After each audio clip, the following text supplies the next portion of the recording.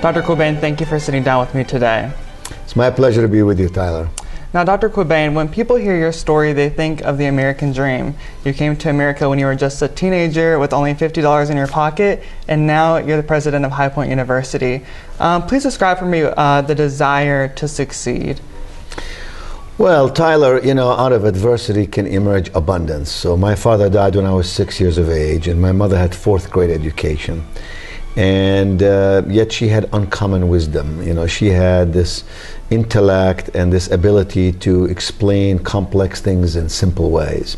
She'd say things to me like this: if you want to be a great person, you must first walk hand in hand and side by side with great people.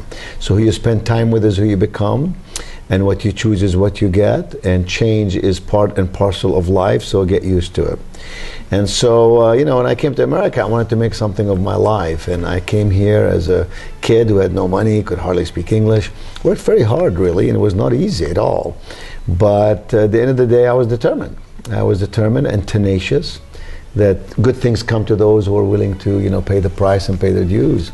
Went to college, started my first business, and built a bunch of businesses before I came here, of course, to High Point University to become president. I think the American dream is alive and well. It doesn't always mean going from rags to riches. What it really means is achieving what's in your heart. An artist, for example, can achieve the American dream by having the ability to be the artist they wish to be. A writer can do the same thing. A filmmaker can do the same thing. And for some people, it's about making money. For some people, it's about serving the community. For some people, it's about changing the world. Now, you are an author, philanthropist, business leader. The list goes on and on. You've written 11 books. What describes you best and why? Well, I think that I invest a third of my life in earning. You gotta make a living so you can buy groceries. I invest a third of my life in learning. You have to be in a continuum of learning. School is never out for the pro. And I invest a third of my time in serving. It is that third of my life that I appreciate the most. It is about serving your community. It's about serving others. It's about being known as someone who cares. That doesn't mean everybody will agree with you. In life, we can't get 100% vote on practically anything. What it does mean is that you have a clarity in your heart and in your mind about what you're doing. You have a clear vision and you strategize for it and you go for it. And so, what describes me the best perhaps is a human being who cares about people and connects with them. If you watch me around this campus, you would see that I connect with all the students. I hang around with them, I talk with them, I'm their friend, they're my friends. And in building that sense of community, you create a culture that is a caring culture. That's why we say at High Point, every student receives an extraordinary education in an inspiring environment with caring people. Well, you certainly are busy around campus, around the globe, speaking at different events. How do you maintain your schedule and a good balance? Well, what's really important is that in life what we do is understand the difference between time management and energy management. So I invest my time in those things that are worthy of energy. And other than that, everything else is transactional. Some things are transformational. Those are the things I pay attention to. Those are the things that I really engage my time in. For example, people are a very important part of what we do. So you can't say I'm too busy to be with people, because that is sort of a contradictory with what you believe, in your heart. But for me, I have some techniques. I do my meetings typically late in the afternoon. I'm an early riser, get up 4 o'clock in the morning, early to bed, early to rise. I have done more work by 6 a.m. every morning than most people have done in half a day. And then I go walk for an hour, then I come to work. In the morning, I do those things that are really important to me. And then in the afternoon, I do all the necessary meetings one has to do to propel their work forwards. I don't have a phone that rings in my office. I don't answer a phone on my iPhone. I answer all my own emails, about 300 a day. I tell people, write me emails of 6 lines or less. I don't think in terms of an hour. I think in terms of units of time. A unit of time is 5 minutes. So most of my meetings are 1 unit, 2 units, or 3 units. Therefore, people, when they come to see me, they're very prepared. They don't waste their time or my time. You're getting the idea. I do the things well the first time, so I don't have to go back over them and do them again. And so techniques like that have enabled me to become both effective and efficient, hence creating more time, hence preserving energy, hence accomplishing more. You've walked this campus as a student and now president. How have you seen the campus evolve? Well, when I went to school at High Point, it was a small school, about 900 students. I think maybe we had 5 buildings or so. When I came here, I saw this sleeping giant that should be awakened. So in the last 8 years or so, we built 53 buildings. We went from 1,400 undergraduates to 4,000. We went from number 17 on U.S. News and World Report ranking to number 1. We went from a 92-acre landlocked university, couldn't grow, to 380 acres right here in the middle of High Point residential area. And a budget that had $30 million in revenues to a budget that has $200 million in revenues. And students come from 37, 38 countries and 48 states. And on the story goes. We open up academic buildings, quadruple the number of faculty, et cetera, so on. The idea is that when you see the opportunities, then you have to invest yourself in them. Then you have to give it all you've got. And it won't be easy. There'll always be people standing in your way, always people critiquing what you're doing, always people who want to sit on the outside of the circle telling you how it should be done, but not willing to enter the circle to help you get it done. So leadership is about believing in a cause and then losing yourself in executing it. Awesome. Now, what really makes High Point University different from any other school? There's been expansions and new buildings, and it's certainly been enhanced. What makes it really different from any other institution in North Carolina or even the country? Well, I think High Point University has exited an ocean of sameness and entered a much smaller lake of differentiation with distinction. So what makes us different? I think what makes us different is our culture, that we believe in each student. Here we believe in ensuring that every student gets holistic education, what you learn inside the classroom, but of equal importance is what you learn outside the classroom. That we're not preparing students for the world as we know it today, but for the world as it is going to be. This morning I'll teach the senior class. I teach all the freshmen in the fall. I teach the seniors in the spring. And my class today is about communication. And the single most important quality that you can evolve and grow in your life is your ability to connect with other human beings, communication. And so that's part of holistic education. What good is it to be an expert in biology, but you can't get along with people? Therefore, in the future, you can't lead a team, you can't start a business, or maybe people won't believe you when you talk to them. So that's holistic education. The second one is experiential learning. That every program we have, we framed it with experiences. So for example, if you are in the School of Communication, you might be a communication fellow. You might go to Hollywood, learn how films are made. You might go to New York and work in a PR agency and so on. The third one is values-based living, that everything we do at High Point is based on a value. This is a God, family, and country school. And so we don't hide away from those facts, that we believe each person should be the person they want to be, but as an institution we have to stand for something or we'll fall for anything. And so our position has been that we're a patriotic school, we believe in free enterprise, and we believe in self-initiative, that you can make something happen in this country if you're willing to work hard enough and smart enough. It doesn't mean that this is a perfect country. Patriotism doesn't mean you have to agree with everything your country does to be a patriot. On the contrary, it means that you care enough that you want to speak up and make it a better place. So these are some of the things that make it special. Obviously, we are a relatively small school, small classrooms, no TAs, teacher assistant, no grad students teaching, it's all faculty teaching. We have tremendous support to academics here, a whole host of programs and services that we have. And High Point students are certainly enriching the community around us. MLK Day was just this past week. And what are students at High Point doing to enrich High Point and even globally? Well, when you have a city like High Point with 105,000 citizens, that lost lots of its factories and hosiery and even some furniture. Still a vibrant city, of course, but it is a city that needs all the infusion it can get, like any city in America our size. Mm-hmm. When you have a university, you create energy to begin with. You create an infusion of economic impact. You have 4,300 students here, but you also have 1,300 employees. You also have 80,000 visitors to this campus every year. Think of it, every student who comes here visits once once or twice or 3 times with their parents. Our students come from all over the world, so they come here, stay in our hotels, buy our gas, rent our cars, eat in our restaurants, etc. And all of that is infusion that's really impactful. Our students are involved in something called service learning. It's a very important program we have, and they volunteer about 100,000 hours a year in the community, as well as, for example, the Bonner program is a part of service learning, which allows students to go and get engaged in community issues and social justice and so on. And we raise, as a university, staff, faculty, and students about $1 million a year that we give to nonprofits in this institution. Here's one example. Montlou School, right down the street from us, we were responsible for an infusion of $300,000 in that school to buy an iPad for every student in the school.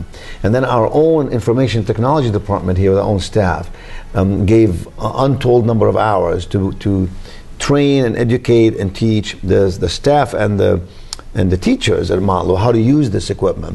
Not just how to turn an iPad on and so on, but all the apps available and how to, make wonderful and wondrous things come because of it. That's just an example. We do literally scores, if not hundreds, of projects every year to help, in all kinds of areas. On MLK Day, we had hundreds of students all over the city, everything from cleaning streets to painting, nonprofits, to going to the Open Door Shelter, the homeless shelter, and helping there, to going to Central High School and planting gardens. And so the idea is that we want our students to know that they are responsible to make the world a better place, and part of character building is to believe in the words of William Barclay, who said, always give without remembering, always receive without forgetting. So we're grateful to be in the city, and we have a duty and responsibility. In fact, it's a privilege to serve in every way. Amazing. Certainly making a huge impact right here in High Point. Now, speaking of Montlou, where do you see the future of education with technology? Well, the 21st century has taught us one very important thing. In fact, we had Steve Wozniak, the co-founder of Apple Computer, on the campus here, spent time with our students and so on. And he says, technology is not stopping. The future is going to keep, more dependent on technology. So we better get on with the music. And we better understand that technology has to be part and parcel of the learning process inside the classroom, as it is also aided outside the classroom. Today we have concepts like flipped classrooms, where you do a lot of it through technology, and the classrooms becomes time for discussion and experiential learning versus just listening to a lecture, for example, or just watching a movie. So technology is here to stay, and it will be enhanced and advanced in so many ways. It will never replace the human touch until such time that computers can smell and feel like you and I can smell and feel, develop those kinds of senses. It isn't enough to just think or to store data or even interpret data. There's the human connectiveness that we all need. Do you remember when someone said we will never go to the movies anymore because we have Netflix and we have Blockbuster and all these places? The truth is, you go to the movies now, they're packed with people because we like to be in a community with other people. Not to mention, we all like to overpay for popcorn and drinks and so on. So I think the same thing is true. I think forevermore we're all going to need each other. We need to build those bridges of understanding with human beings. Technology can be a great aid to that, but it'll never be a replacement of that. Why was it important for High Point University to partner with Montlou? Well, because number one, Montlou is in our neighborhood. And as I said, we have a sense of community responsibility. Number two, these are underprivileged children in the main. About 95% of them come from underprivileged, backgrounds. And they will not have access to technology. They needed someone to step up and step out and say, we'll help you. Number three, you need to get students when they're in elementary school, because that's really where the learning process, that's where the foundational elements begin to happen. And number four, it enabled our students in a geographic way to go there quickly and do a lot of help and a lot of guidance. Now, like you said earlier, service learning is very important to this university and yourself. Now, why do you focus so much on service learning here at High Point? Because I think life has to be lived from the inside out. That it isn't sufficient to say that you are self-made. Nobody's self-made. We're all creatures of God, and we're all dependent upon each other. And we have to hold hands and march onwards in a way that says together we can do more than we can do anything alone. And so it is really imperative that our students, some of whom come from privileged homes, it is imperative that they understand that to whom much is given, much is required. That they have a responsibility to reach out and do good. Not just be good, but to do good. And so how do you do that? You have a choice. You can lecture people. You can have crusades aimed at them. That's not very effective with young people. Or you can model those values. So that's why our faculty and staff and all of us give so much of our own time to model values that our they choose to emulate. Now, a very important word to you is wow. Explain to me what wow means to you. Well, wow is just one of those colloquial words that basically means do more than expected. Deliver service at its highest level and then some. It means make sure that you emote in people, you create emotions that are positive in the relationship. And so we say High Point University is a private school. It's a relatively small school compared to large public schools, for example. And here we really do focus on the student.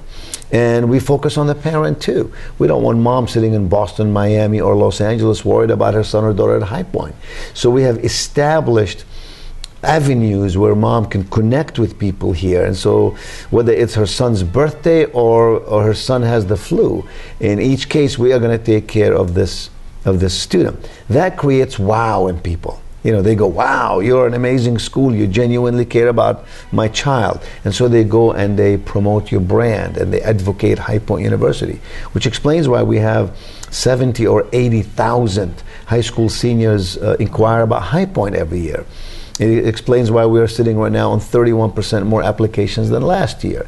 And so our future is very promising because we've created this wow experience. Now, of course, there's wow also in amenities and so on, the beauty of the place and some of the services we may have. But this is an academic institution. It's a serious institution where you have to come and study and do your work or you're going to flunk out and go home. And so there's nothing wrong with having a balanced life. There's a time to study and there's a time to play.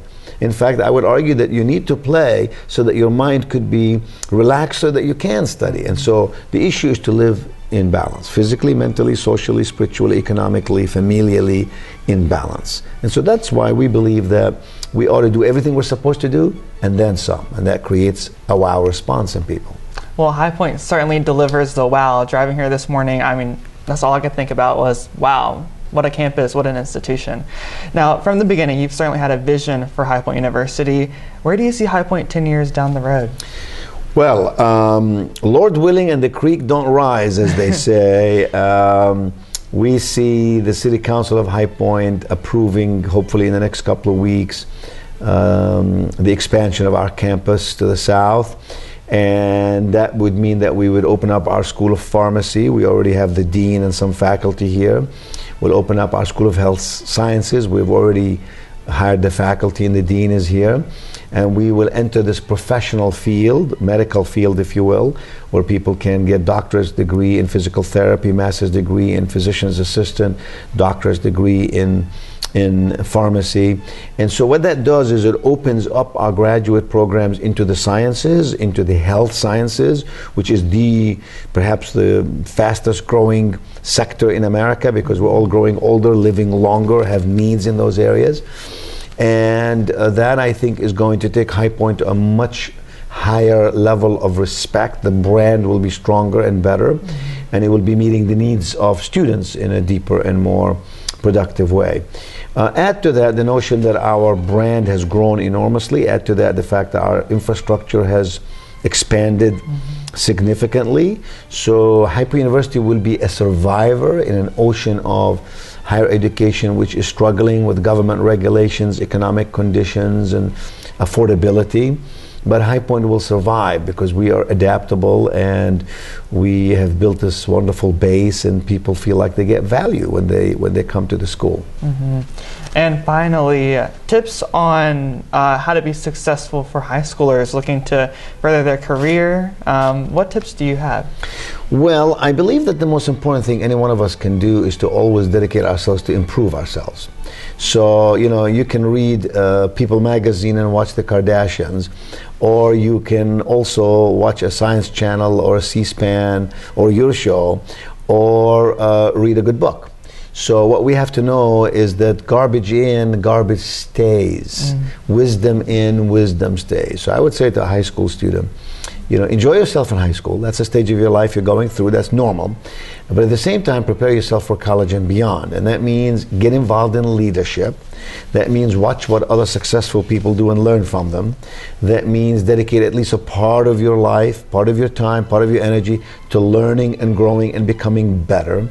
That means don't waste your time in silly things or illegal things. Then you get yourself in trouble and it's on your record and so on. And that means believe right down to your core that when God breathed on your nostrils and gave you life, God intended for you to have an extraordinary life, not an ordinary life. That you are meant to be all you can possibly be. As I said, you can be the best teacher, the best preacher, the best scientist, the best author, the best whatever, but you can be that. By best, I don't mean you have to be better than anybody else. I mean the best that you can be. So extraordinary means, you know, don't dedicate yourself to doing the minimum to survive in life. And you don't have to do the maximum either. Find that optimum place. Where is that? And balance your life out. Some people like sports, some people don't like sport. It's okay.